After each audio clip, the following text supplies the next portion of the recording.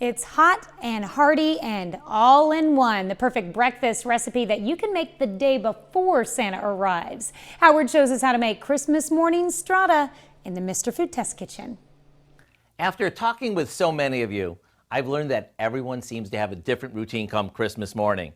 So the dish we're making today was created specifically with that in mind. Some of you like to get up, quietly light the tree, and take in the glimmer and glory before everyone wakes up.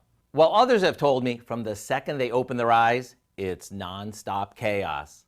No matter what category you fall under, what we're making today will be very welcome.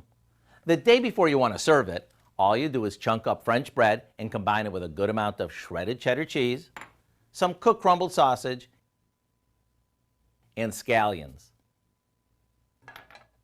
Now we add mustard, a splash of Worcestershire sauce, and a few spices to some eggs that we beat with some milk. And we pour that over the bread. After it's mixed, we put it in a casserole dish, cover it, and into the fridge it goes overnight. Come morning, all you need to do is pop it in the oven while everyone's waking up. And when it's done, dig in. Since it's loaded with all sorts of goodness, this is truly an all-in-one breakfast.